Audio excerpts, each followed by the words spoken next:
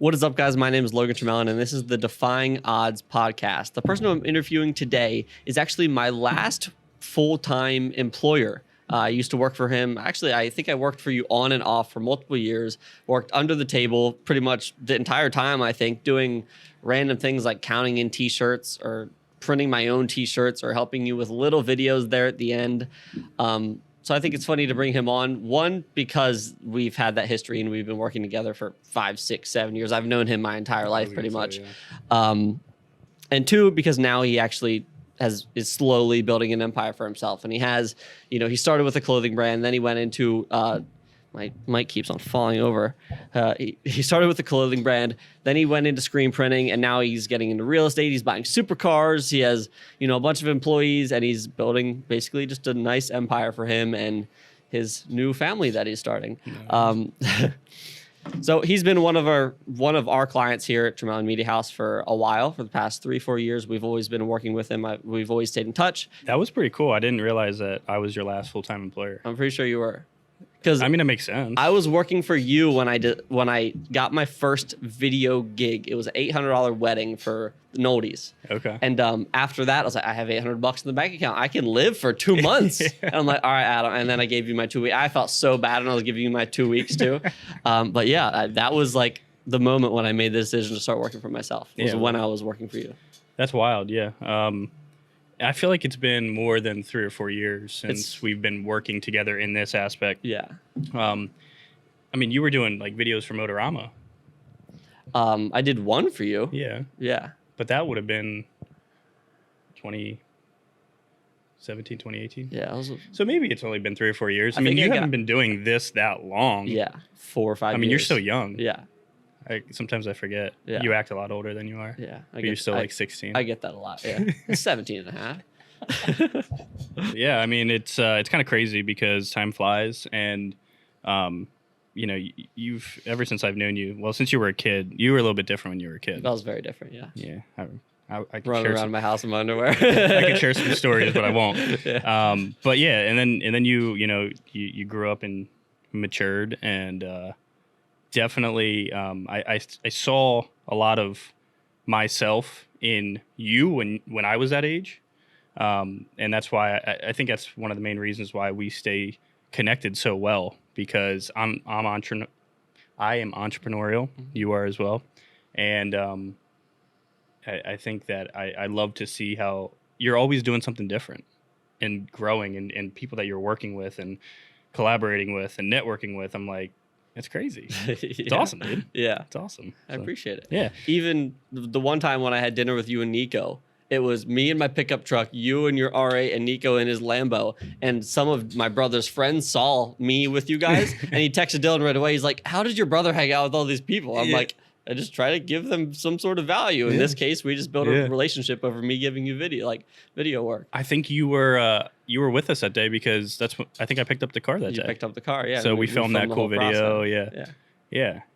I do need to do more videos. I need to get back to it. Yeah. Everybody keeps asking me. They're like, you were on a roll there for a while. You were posting videos, and then it kind of just stopped. And I'm like, yeah, I know. I got 13 million views on TikTok, and then I stopped posting. Yeah, we're going to get into that later, how you got so many views. But why do I do that? I don't know. Just get busy. Yeah. Like, life happens. You had a lot going on in business that you had to get over. Oh, yeah. Social media is so important, and I'm excited to, get back to it. Yeah. I lost my GoPro. I told you that. And then you bought mine.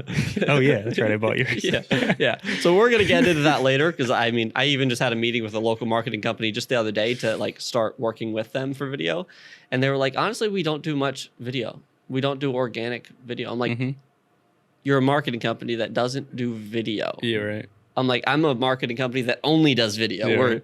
So it was funny. Well, you can add value. Exactly. Yeah. So we're going to start working together. Nice. And whenever they need video, they'll reach out to us. So let's start with how you got into business. You started the clothing brand in high school. Just walk me through that whole process of how it went from you starting a clothing brand in high school, you going to pitching, putting up a tent, selling T-shirts at local races, and then how that transitioned into screen printing and making that into a big company. Yeah. 2008, junior in high school. 17 years old. I was always into action sports. We have a similar background. And I started Amped Apparel. Amped Apparel was an action sports brand. It revolved around my life. I had been working on a computer and design program since I was about 10 years old. I don't know why. I'm really not an artsy person. I'm really not even that creative of a person. But it was something that I did. It was a macro media fireworks is what the program was called, which I think Adobe ended up buying like later on. And now the program I don't think is any longer anyways. You got Illustrator and Photoshop and different things like that. But I just always found interest in that. And so I guess, my background definitely comes from like a bloodline of entrepreneurs. So that was already destined for me when I was born, I believe. And so in high school, I started this brand, and the way that I was able to grow the brand was by going to the events, going to the racetracks. And, we were already traveling all over the place, racing, my brother and I, my family. And so I said, well, if we're already going to be here in front of like-minded people that are also into this lifestyle and like what this brand represents, let me try to sell it to them. So, I started with my classmates. I went to Penn Manor High School, pretty big school. So there's a lot of people to tell about what I was working on. And I ordered my first set of t-shirts online. My parents actually put it on their credit card because, I was 17. I didn't have any money. And sold all those shirts. Sold them all, out of my backpack. It was pretty crazy. Ended up designing another shirt. I look back and I'm like, these designs were terrible. Like, really, they were terrible. But for everybody that still has one out there, I know there's a lot of people that do. Shout out. Appreciate it. You guys were real OGs. So, yeah, just did that. And just over the years, a couple years went by, and ended up graduating, obviously, from high school. Went to Shippensburg University. I had a major in marketing and business administration. I already knew at that point that I wasn't going to go work for somebody else. I went through, 4 years of college. It was a great experience. Met so many amazing people, friends, that I'm still friends with today. All my roommates that I'm still friends with today. That was an amazing time of my life. I definitely wouldn't trade it, even if I wasn't planning on going in and getting a real job. Yeah. Right. I was the president of the marketing club there. So I did a lot of stuff, played some intramural sports, had a lot of fun for those 4 years, but that whole time I was sort of just trying to figure out like what was going to be next for me. And at this point, that would have been, it would have been 2009 when I first went into college, 2010, I guess. And by the end of the 4 years, I was just like, I remember having the conversation with my mom for the first time, telling her that I wasn't going to go get a job, and she cried. I kind of expected that. But, I was trying to figure out what I wanted to do for the last couple of years, and how I wanted to actually make it a career. I stopped racing early on in college. Freshman year, I stopped racing. It was just too much with everything else going on. But I was still actually going to a lot of the races, just in that different capacity, setting up, vending, tent, driving all over the country. Took some buddies along. We'd live life on the road. We had a tour bus. Party with the pros. Yeah, party with the pros. Shout out. And those were great years. We were down in Florida and Tennessee and a million, all over the place. Like, we traveled everywhere, and that was incredible. And I definitely wouldn't change it. But it was definitely a true guerrilla marketing, just grassroots, just pounding the pavement, and I did that for so many years, and I had a lot of fun and learned a lot of, had a million life experiences and learned a lot of stuff. But yeah, I didn't really make that much money. At the end of the day, even if I went and sold a couple $1,000s worth in a weekend, by the time I drove my tour bus there, which got 3 miles per gallon, your trailer, all the weight, you're paying for the vending. You were in the hole a few grand. You had to sell to just break even, and then hope you made $1. Yeah. And then I had to pay some people that came along with me and stuff like that. So all those years, they were great, but I didn't really make any money. So I had to figure out what I was going to do that was actually going to make money for the future. So, yeah. So, I mean, that was kind of how then the screen printing started. And, because I had an apparel brand, I had people all the time that were asking me, hey, obviously you print t-shirts. My dad owns a landscaping company. My family owns a pizza shop. Can you help us out? So I ended up partnering with a local print shop. And I just brokered my stuff through him. He was printing all of my stuff for Amped. And then any jobs I got on the side, I'd order the blank goods. I'd help them with artwork if needed. I'd coordinate everything. I'd have it printed through them. I'd make a couple bucks and deliver it to them, or however I did that. And so I was building up all these customers on the side as I was also doing Amped. And then after working with this person for a couple years, actually overnight unexpectedly went out of business. Oh, went out of business. Closed the doors. I remember I had customers like goods in his warehouse. Tried to get in the one day. And this was right after college. So it was starting to get serious then. Like I was still living at home. I didn't have a lot of expenses. I was fortunate enough to get through college, with the help of my family. And I really appreciate that because I think that allowed me to do what I do now, because I didn't have to go get a job to pay for my college tuition. Like, I don't know if I didn't have that opportunity. I honestly do not know where I would be right now, because, I would have had to get some type of job. And then when you're working like a part-time job just to cover those expenses, then like how much time and effort are you really able to put towards like your dream or your passion? Like if nothing else, even if you're still able to accomplish that, it just takes a lot longer. Yeah. And when you're fresh out of college and everybody else is getting high paying jobs around you, it's not a great feeling, And you know that because you were in a similar situation. I mean, you built your business from nothing too. Yeah, I mean, we have very similar stories in that regard where, well, I dropped out of college, so I had some expenses from that. But I mean, as far as, getting started and like when you were explaining how you were selling at the ATV races because you were still going to them, but you weren't racing anymore, that's exactly what I did. I was still going to the races because Dylan raced, my brother. And so I was going and I was kind of doing video. I started doing video a little bit before that. So I just started doing video there. Just started building that. And then very similar transition to where you had your clothing brand and you were transitioning into doing screen printing. We've been going through the same thing over the past 2 months where we've had all these ATV motocross clients, and on the side we've been building commercial clients, you being one of them. And that list was just slowly getting bigger and bigger to now where it's actually a bigger opportunity. So we just have to, jump all in. We're not leaving the motocross space yet. I have zero plans on it, but we're expanding and getting into the opportunity. Yeah, absolutely. So that was kind of, and it was at that moment, I guess, going back to the story. So it closed overnight. And, I was already in a position where, I had to figure out what was going to be the future. And so I had two options. I would either go and try to partner with another local print shop, or I buy my own equipment and I figure out how to screen print. I took the latter. Yeah. I took the much harder route, I think, to be honest. For sure. But, I weighed the pros and cons, to be honest. I figured out that it was going to be more beneficial long term to buy the equipment.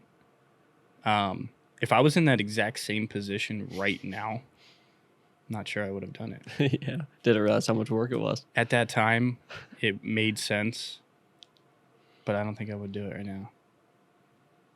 Because it's different now. I'm 31 years old. Like, it took me the first 4 years of the print company to figure out the ins and outs of the screen printing world. Yeah. I couldn't afford that now. Yeah. Like, there's just too much to learn. Yeah. I mean, I guess I could, but I wouldn't be very supported financially. It would be hard. I mean, it'd be very challenging. So, so that's what I did. So I ended up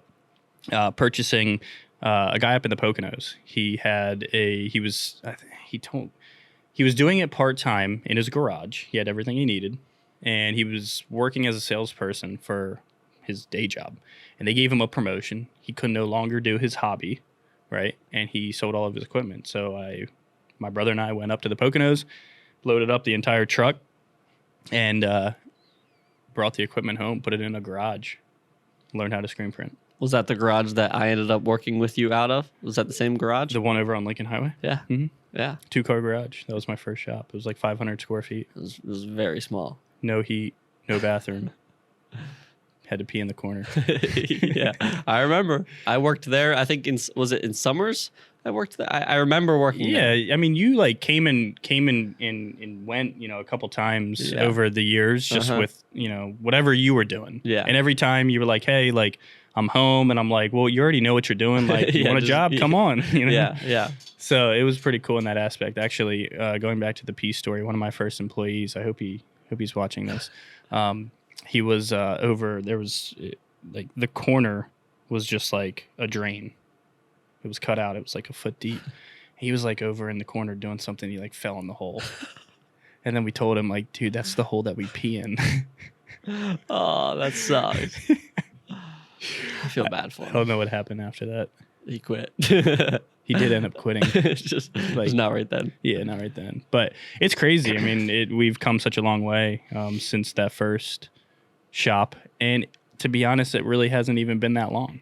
It has. That was probably 6 years ago. 2016. Yeah. 6 years ago. Yeah. That's crazy. Yeah. A lot changes in 6 years. So now you can go quick through the story from that first shop to you moving to the other location. Yeah. Where you basically renovate. Actually, then you moved downstairs and then you renovated the whole thing and now you're in a warehouse. Yeah.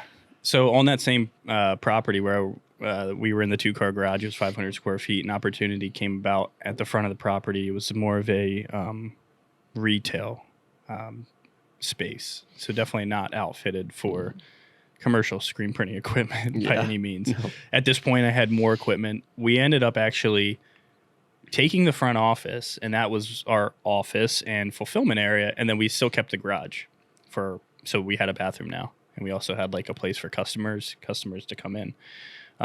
So we were there for like, I don't know, maybe like a year and a half. Another another building on the same property came open. This one though was downstairs in the basement. Just the basement. It was the most, I don't know. I have photos and I can't remember if you saw the before and after. Obviously you saw the after because you were there. Yeah. But the before, if anybody can think of like a disgusting old, like, dirt. It wasn't dirt floor. There was concrete, but like, just like dirt everywhere, cobwebs, like dark and dungy, bad lighting basement. Like that's what it was. And I was like, this is great. This is perfect. We renovated the entire thing. Actually, it looks really good. And today it's occupied by, I don't know, like 2 or 3 different businesses. It's like actually cut up and like split up. So it ended up working out long term. We ended up excavating a ramp, like a 50-foot ramp on the side of the building to get everything in and out. Because like an automatic screen printing machine is not going through the front door and down steps. Like it's idiotic. So we ended up excavating and pouring like it was like 150,000 pounds of concrete, made a ramp, put a roof over it. It was actually super cool. And that's how we got all the equipment in, all the equipment out, UPS deliveries, incoming, outgoing, all that kind of good stuff. And we were there for like 2 years. 2 years. And then we just kind of outgrew that. It was like 4,500 square feet. So substantially bigger than our first location. The 2-car garage. The 2-car garage, 500 square feet. But we were ready to get into like an actual warehouse, loading docks, high ceilings, pallet racking, all these things that I really wanted. So we ended up moving a half mile down the road. An opportunity came, and this was like before COVID, of course, where you could actually like get stuff for a good price. And an opportunity arose literally a half mile down the road, cost me like $50,000 to move. It's crazy. Moving stinks. Yeah. Especially your business and equipment, like heavy equipment. Yeah. Well, but like it was a half mile down the road. Like you could almost see the building. and it costs that much. Anyway, but that's, we had to retrofit the space with just lighting and electric and gas lines and all that kind of stuff for our equipment. So a little over 3 years ago, actually, now we're going into our 4th year in this space. We moved in about 10,000 square feet, dual 2 loading docks, office. It's like the real deal. Yeah, it's legit. It's a big space. So how many employees do you have now? We started in that garage when it was just you and a printer. Sometimes it was just you and Tyler. Don't forget Tyler. He was with me from the beginning. Yeah, still is with me. He's my operations manager. Love that guy. Yeah, he's awesome. And so now we probably have around 10. We were up to like 17 at one point, 17 or 18 at one point. And just the ups and downs of like business and like certain clients and stuff like that. So we have 10 full time. We actually have like a part time. We work with IU13, which is pretty cool. Yeah, give some students different opportunities in the workforce. So they recently started. We partner with them. We actually have students from like a bunch of local schools that come in and just get real work experience, and that's awesome. Yeah, that's cool. Yeah. So then you have that business that started as a clothing brand, transitioned to screen printing. You're also investing in different real estate properties and stuff like that. I love real estate. Yeah. I always said that that's like my end goal. Like that's what you look at some of like the wealthiest people in the world and the most powerful and just the people that are just, financially free, and they all have got real estate. Mm-hmm. There's a reason for that. Yeah. So, it's something that I wanted to do for a long time, but to be honest, I wasn't financially capable of doing it. Yeah. You got to buy your own first house before you start buying other houses, right? That seems silly. But, so started with some rentals that, residential. But, yeah, I mean, constantly working on getting more commercial spaces, owning the buildings and stuff like that. So that's real estate investing is something that I'm super passionate about. I love doing it.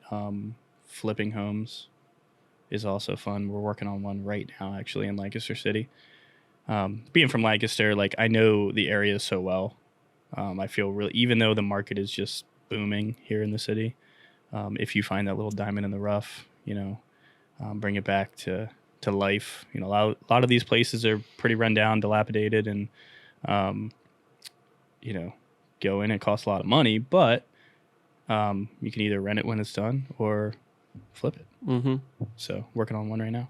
I was talking to another fellow entrepreneur yesterday, actually, and we both had the same like moment where we were working for somebody else, and we both realized that like we should do this on our own. We can do this better on our own. Every single time I've worked for somebody else, not necessarily with you, because it was so much, there was a lot outside of it, but a lot of times I'm like, I feel like I could have a better life if I do my own thing. Did you have a similar, story where you were working for somebody else? So, sort of. My first job was at a grocery store. I remember when I went to my interview, I had a suit and tie on, and they gave me 10 extra cents. Well, because you had a suit and tie on? Yeah, because I look good. Worth it. Yeah. So that was my first job. And then I also worked as a dishwasher, And then after that, I did landscaping for a while. I never had like a real job, and I don't want to. I made a pact with myself when I was like young that I'm not going to work. When I don't want to say young, but, like going through high school, and then when I started like realizing that, I have talents in this area and I want to be an entrepreneur, and it definitely runs in my blood. Like both of my grandparents, their sides, like business owners. Yeah.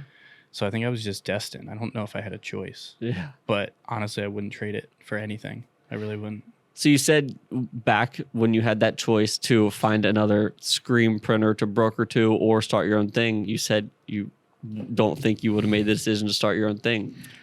What do you mean? What else would you have thought? Do you think it makes more sense to go the broker route where you're just... Well, I think that for certain things, I mean, we do that still. There's people that are really good at what they do. Yeah. And I think a lot of times in business, people try to do everything, but you really just need to be good at like some things. Yeah. And then work with really good people that can do the other things. Yeah. Makes sense. Right? You only really need to be good at one thing. Yeah. Be really good at one thing, not like half-ass at 5 things. Yeah. It's easy to say that because we all, as human beings, try to like spread ourselves as thin as we possibly can, different opportunities and whatnot. Mm-hmm. But at the end of the day, I think it is important to sort of realize that. We actually just recently did that. We were doing vehicle graphics, signage, stickers and decals and all that kind of stuff. And it made like really good money. We have like our company vehicles that are wrapped and everything, like we did them, and did a lot of other stuff. But we realized that it's just like another thing that like there are better people to do that. And so I just sold all my equipment. I mean, it took me like 2 years after like I realized, and the stuff like just sat there. We just stopped promoting it because people would come in. It's not like it was like we print T-shirts. Like that's what we do. Yeah. And we do embroidery, like, and we do drop shipping, and we do like order fulfillment, different things like that. Like that's what we're really good at. So anything else, there's just other people that are just as good, if not better, probably better. So, we just work with really good people, and when we get those inquiries for like, hey, can you do a sign for us? Like I'm like, yeah, absolutely, we can do that. We farm it out to people that we work with, make a couple bucks on the deal because we had to process that whole transaction. And then they get a really good sign because they're really good at what they do. Yeah. So we just did that recently. Yeah. Yeah. Makes sense. Yeah.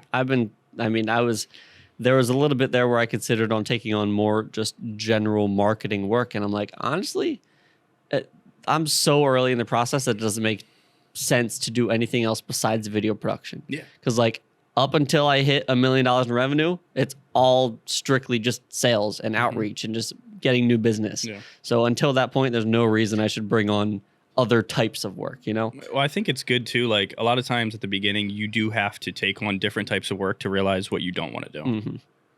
So I think that's important. You just have to make sure you don't fall into the trap of then doing all that kind of work. Yeah. Unless you have able bodies and like good people that can do that work. Yeah. But like if you're trying to do the work or I'm trying to do the work and I'm wearing like 15 different hats, then that's just not good either. Yeah.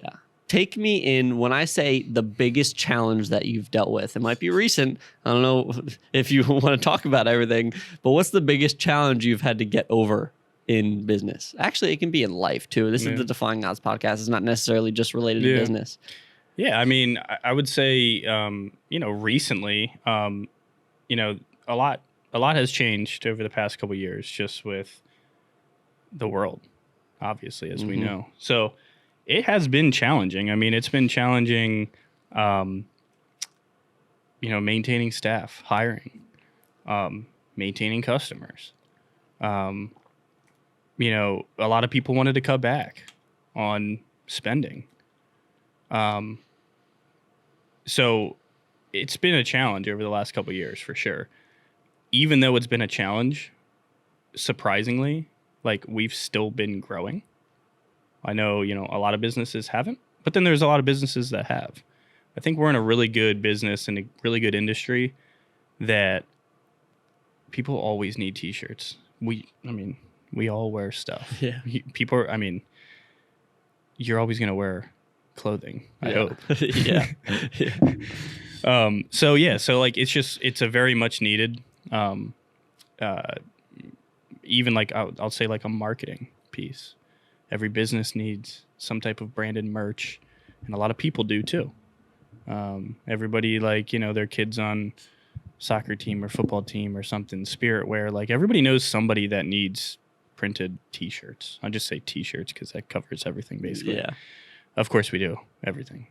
But yeah, so definitely one of the biggest challenges over the last probably a year and a half is just, we had a good customer, a really big customer that we put a lot of time and efforts and energy in. And we worked with them for a while, and we don't anymore. We don't work with that customer anymore. So that was tough. It changed a lot, and it happened overnight. So Yeah, I mean, just trying to rebound, from that, when you have a customer of that magnitude, that size, and then gone, you have to make a lot of decisions really quickly. And a lot of times those decisions might not be the best decisions, but you just like don't know what to do. You got to figure it out, and that's life too, things are going to get thrown at you all the time, and you got to react, and you got to figure it out. And sometimes it takes a while. Sometimes, you're lucky to like figure it out quick.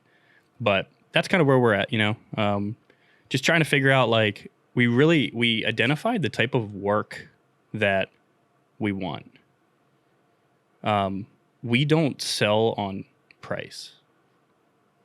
And as a matter of fact, like, I don't want to be the cheapest. If I'm the cheapest, like, I need to raise my prices. Yeah, I'm the same way. We're so much different than everybody else, locally, in the sense of, like, we're not cheap, don't want to be cheap. We will invest in technology, the latest and the greatest in the industry. I mean, we have people from all over the country that fly in, drive in to like see the equipment that we have. We're just about fully automated at this point.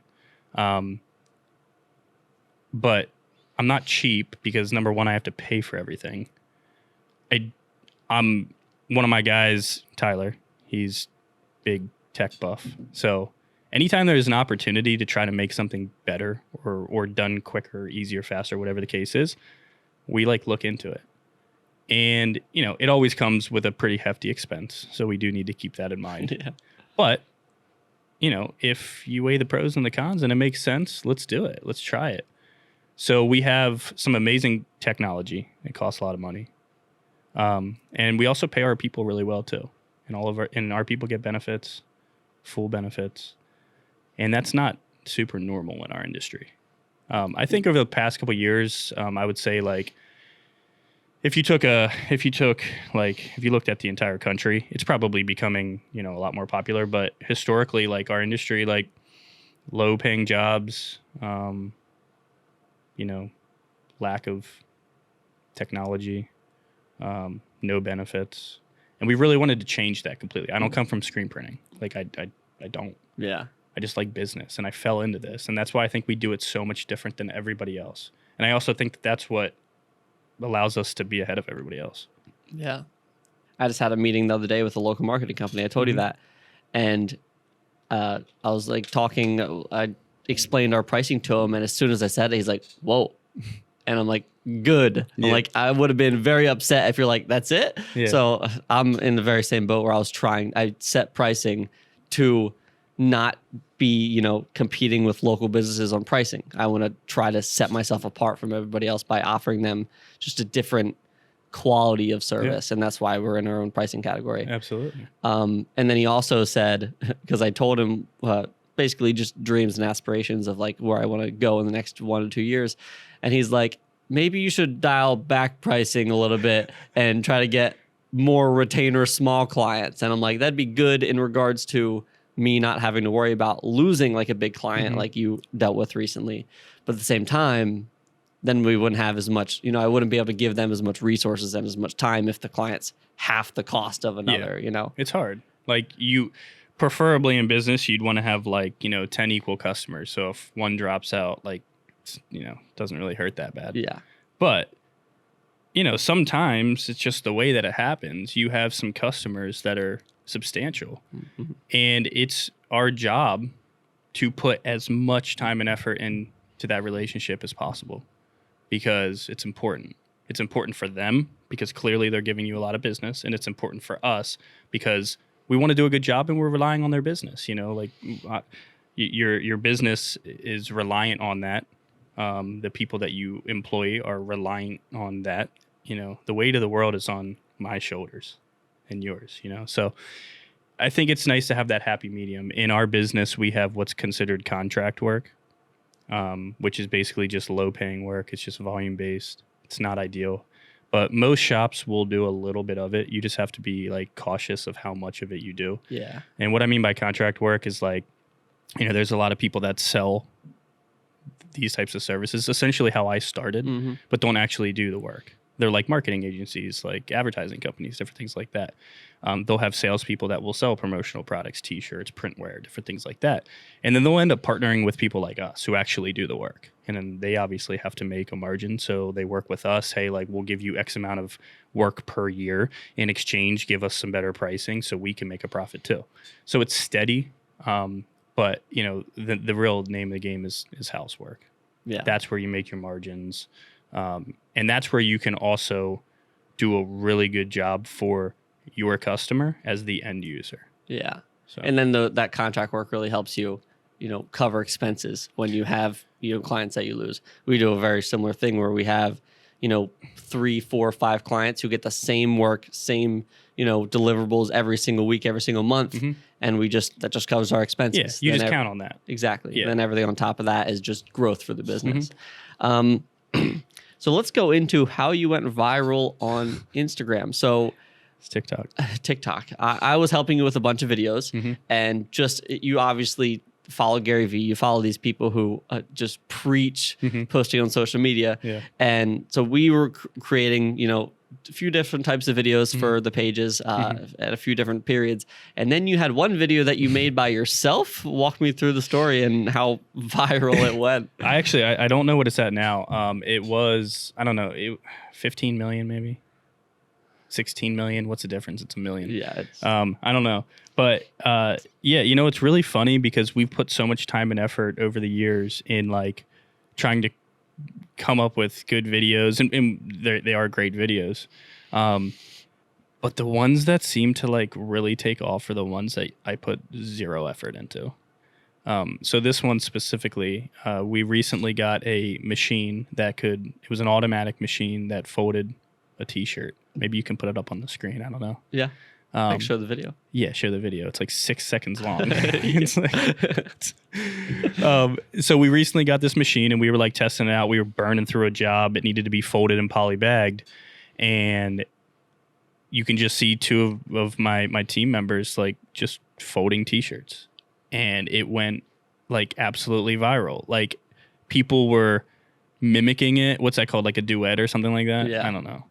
And like it was hilarious. Like people were making like cardboard like T-shirt folders and like doing it like really fast, and like it was so funny.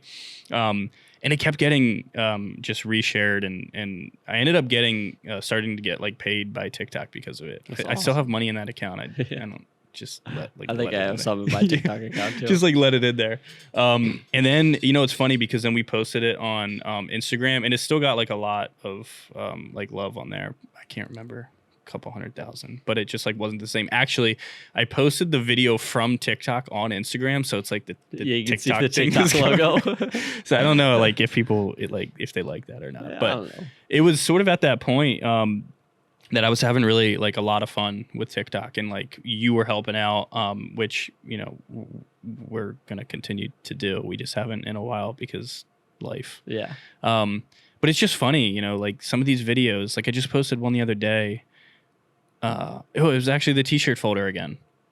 I don't know. People love this T-shirt folder. It's very satisfying to watch. People like they clown me. They're like, I could do it faster, and I'm like, okay. Show us, duet us. Well, like tag us. you can do it faster for like 3 shirts. Like, Yeah. why don't you try for 8 hours straight? Like this is a machine. Yeah. Like, it's so funny. Like I don't really entertain like the arguments and Yeah. like the comments too much. Like sometimes I'll like throw little jabs in there just because I'm like, you're so like ignorant to like this, but whatever. I usually just let it ride and just like let them like argue with each other in the comments. Yeah. It's kind of funny. But yeah, it was another T-shirt folder. Like I just posted recently, got like 250,000 views, and I think it's kind of crazy. Like I'm not the first one to say this, but like Reels have taken over Instagram. Mm-hmm. I don't post any photos anymore. Neither do I. If it's not a video, I'm just not going to post. Yeah.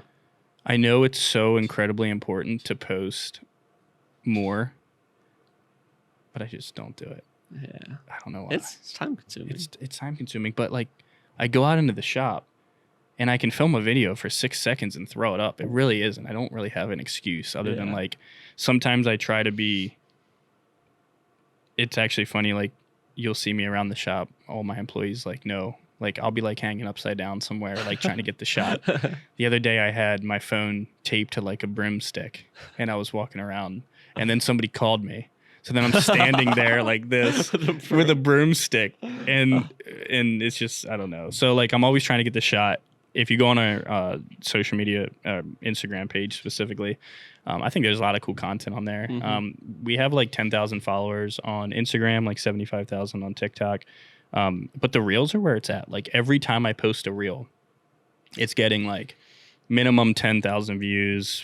There is no maximum. Yeah. If it's hot, it just goes.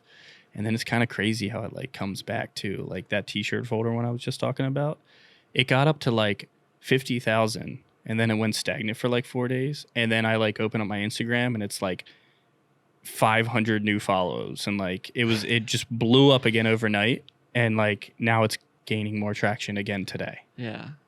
I don't understand how these algorithms work, but they're constantly changing. So you really can't ever figure out how they work. Even Instagram changed recently where like, well, you used to get like a decent amount of views on every single reel. Now I'm getting less views. But then when they go viral, because I mean, I just started posting on my personal page again like a month ago.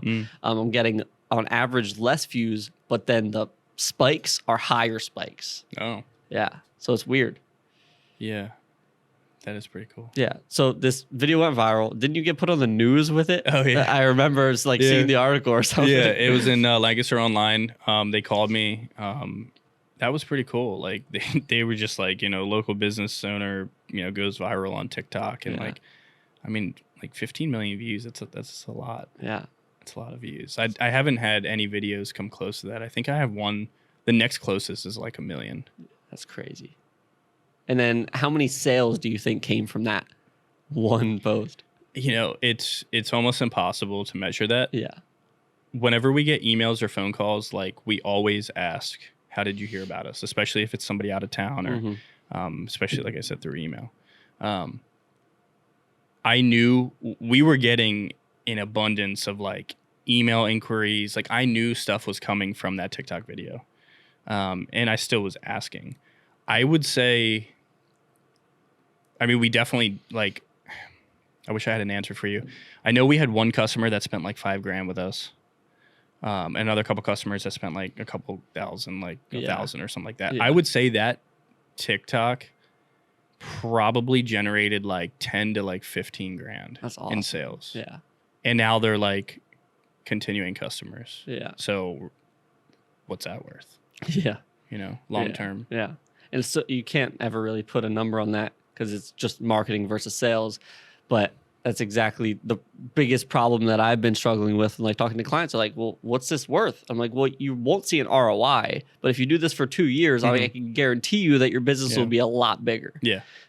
So you don't see that, the ROI in a month, but in a year, in 2 years, I mean, I built the Tremellen Media House Action Sports page to over 150,000 followers in 2 years. Yeah. And that was only when I felt like posting. I wasn't even posting every day. But that's cool stuff, though. That's why people just love it. But I feel like in pretty much every bit, I was talking with the owner of the marketing company the other day. I'm like, I feel like every business can capitalize on social media. You just have to be creative in how you're posting it and be thoughtful about it. At Action Sports, it was very easy because I didn't have to say anything. I didn't have to do anything. I just found a clip and posted it. Didn't think about it at all. But that's what I'm trying to do with my personal brand now and the media company brand now, where I'm like, what is thoughtful? What is creative? How can I deliver value to whoever's watching this or whoever I want to watch?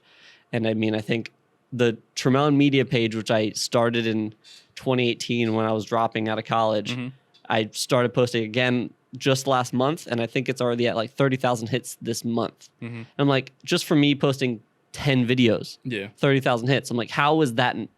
That's ridiculously valuable if you do that over long term. Didn't I send you a screenshot the other day of like the percentage increase? Did I send that to you? I don't know. I think it was like comparing. It was on Instagram. I mean, 116 million view video kind of takes it off. I mean, I just posted a video on my Instagram. This video, I think it has 8,000 views, but I explained the story of how we posted a video that gained us 20,000 followers in a month. That's insane. One Instagram reel. It was 15 million views at the time. Now it's at 18, but 20,000 followers over the course. It was like a week or two. It was wild. Yeah. That's insane. Well, like just recently, so like this is part of, so we gained like close to 5,000 followers like just recently. Yeah. Because like the reels have been just blowing up. It says 217,000 accounts were reached in the last 30 days. It's 4,000% up compared to this time last year. 4,000%. That's crazy. So Yeah. it like the power of social media marketing is absolutely incredible. You got to work hard, because like the people that think that they're just going to like post something and it's going to blow up and then it doesn't, they get discouraged. It's like I now just post something and like if it blows up, it blows up, and if it doesn't, it like doesn't. And that's why like the videos that I put zero effort into for some reason are like doing better than the ones I put effort into. Yeah. They're just more organic. Exactly. Yeah. Yeah. It's funny. I know. Crazy. I just try to post as much as I can and never look at it. I'm like, I want to post something that I think is good, but I just try not to look at it. That's my strategy. That's crazy. So yeah, what are your dreams? What are your aspirations for the business, for your personal life? You have a baby girl on the way. Yeah. You just got married. Lots going on. I know. Well, obviously with like the printing business, just keep moving in the right direction. Keep bringing on good quality accounts. Just not just taking on work to take on work. That's so important. Choosing your clients. Choosing our clients. Oftentimes I feel like we're running around with our heads chopped off, and I don't want to feel like that anymore. I don't want my people to feel like that. So, just choosing better quality customers. So for that, continuing to invest in technology that makes my employees' lives easier, make us more of a marketable company. We are currently, actually, it's basically done. So basically what we started was called macromerch.com. So Macromerch is a subsidiary of Screen Printing Select, but it's our nationwide marketable company. So Screen Printing Select is our local company, local-based screen printing company. Macromerch is our just, another level that we're going to just like hit really, really hard on social media marketing and e-commerce and different things like that. The difference, obviously we're still the same company at the end of the day, but what you're going to be able to do is you will be able to, at any hour of the day or night, you will be able to go on to our website, macromerch.com. You can upload your artwork if you have a logo already, or there are thousands of like pre-made clip art files that you can actually edit, like really cool stuff too, that you can edit with like your company name or your fraternity, sorority, like whatever you want to do. You upload your artwork or you pick and design your own artwork. So now everybody can be an artist, just like I was. And then you pick the garment that you want. We have like tons of different garments on there. All the same stuff that we offer through Screen Printing Select, but tons of different garments, tons of different colors. You can pick your quantity. Obviously, you get like real-time pricing and all that good stuff. And then like you just check out right through the site. It comes into our system, we print it, and we ship it to you for free. That gets rid of so much friction.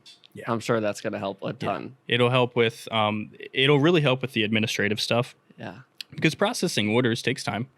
And a lot of that time is because we have to understand what the client wants, translating that. And sometimes the client doesn't even know what they want.